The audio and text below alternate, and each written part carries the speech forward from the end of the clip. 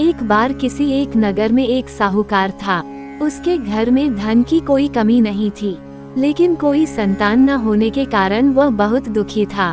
संतान प्राप्ति के लिए वह हर सोमवार को व्रत रखता था और पूरी श्रद्धा के साथ शिव मंदिर जाकर भगवान शिव और माता पार्वती की पूजा करता था। उसकी भक्ति देखकर एक दिन मां पार्वती प्रसन्न होकर भगवान शिव से साहूकार की मनोकामना पूर्ण करने का निवेदन किया। पार्वती जी के आग्रह पर भगवान शिव ने कहा कि हे पार्वती, इस संसार में हर प्राणी को उसके कर्मों का फल मिलता है और जिसके भाग्य में जो हो उसे भोगना ही पड़ता है। लेकिन पार्वती जी ने साहूकार की भक्ति देखकर उसकी मनोकामना पूर्ण करने की इच्छा व्यक्त की। माता पार्वती के आग्रह पर शिवजी ने साहूकार को पुत्र प्राप्ति का वरदान तो दिया, लेकिन उन्होंने बताया कि यह बालक 12 वर्ष तक ही जीवित रहेगा। माता पार्वती और भगवान शिव की बातचीत को साहूकार सुन रहा था, इसलिए उसे ना तो इस बात की खुशी थी और ना ही दुख। वह पहले की भांति शिवजी की पूजा करता रहा। कुछ समय के बाद साहूकार की पत्नी ने एक पुत्र को जन्म दिया। जब वह बालक 11 वर्ष का हुआ तो उसे पढ़ने के लिए काशी भेज दिया गया। साहूकार ने पुत्र के मामा को बुलाकर उसे बहुत सारा धन देते हुए कहा कि तुम इस बालक को काशी विद्या प्राप्ति के लिए ले जाओ। तुम लोग रास्ते में यज्ञ कराते जाना और ब्राह्मणों को भोजन दक्षिणा देते हुए जाना। दोनों मामा भांजे इसी तरह यज्ञ कराते और ब्राह्मणों को दान दक्षिणा देते काशी नगरी निकल पड़े। इस दौरान रात में एक नगर पड़ा जहां नगर के राजा की कन्या का विवाह था, लेकिन जिस राजकुमार से उसका विवाह होने वाला था वह एक आंख से काना था। राजकुमार के पिता ने अपने पुत्र के काना होने की बात को छुपाने के लिए सोचा क्यों न उसने साहूकार के पुत्र को दूल्हा बनाकर राजकुमारी से विवाह करा दूं।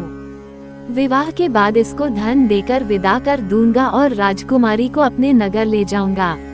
लड़के को दूल्हे के वस्त्र पहनाकर राजकुमारी से विवाह करा दिया गया।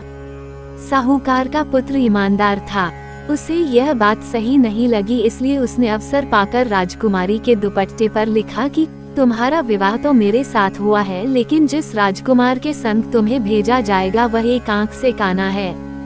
मैं तो काशी पढ़ने जा रहा हूँ। जब राजकुमारी ने चुन्नी पर लिखी बातें पढ़ी तो उसने अपने माता पिता को ये बात बताई।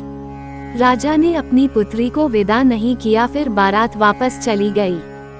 दूसरी ओर साहूकार का लड़का और उसका मामा काशी पहुँचे और वहां जाकर उन्होंने यज्ञ किया। जिस दिन लड़का 12 साल का हुआ उस दिन भी यज्ञ का आयोजन था।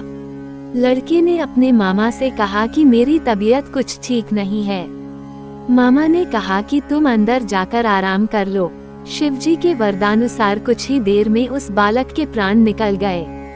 मृत भांजे को देख उसके मामा ने विलाप करना शुरू किया। संयोगवश उसी समय शिवजी और माता पार्वती उधर से जा रहे थे।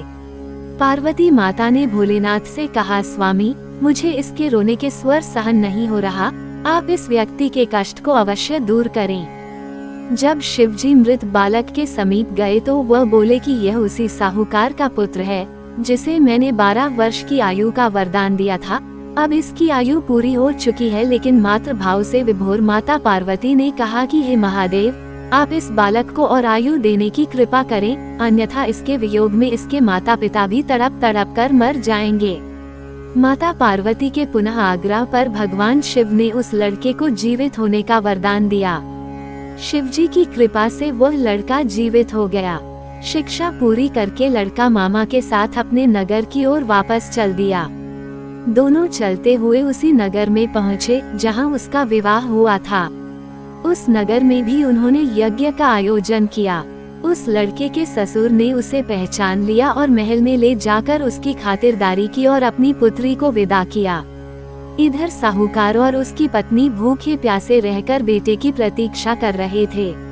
उन्होंने प्रण कर रखा था कि यदि उन्हें अपने बेटे की मृत्यु का समाचार मिला तो वह भी प्राण त्याग देंगे, परंतु अपने बेटे के जीवित होने का समाचार पाकर वह बेहद प्रसन्न हुए। उसी रात भगवान शिव ने साहूकार के स्वप्न में आकर कहा, हे श्रेष्ठी, मैंने तेरे सोमवार के व्रत करने और व्रत कथा सुनने से प्रसन्न होकर तेरे पुत्र को लंबी आयु प्रदान की है। इसी प्रकार जो कोई सोमवार व्रत करता है या कथा सुनता और पढ़ता है, उसके सभी दुख दूर होते हैं और सभी मनोकामनाएं पूर्ण होती हैं।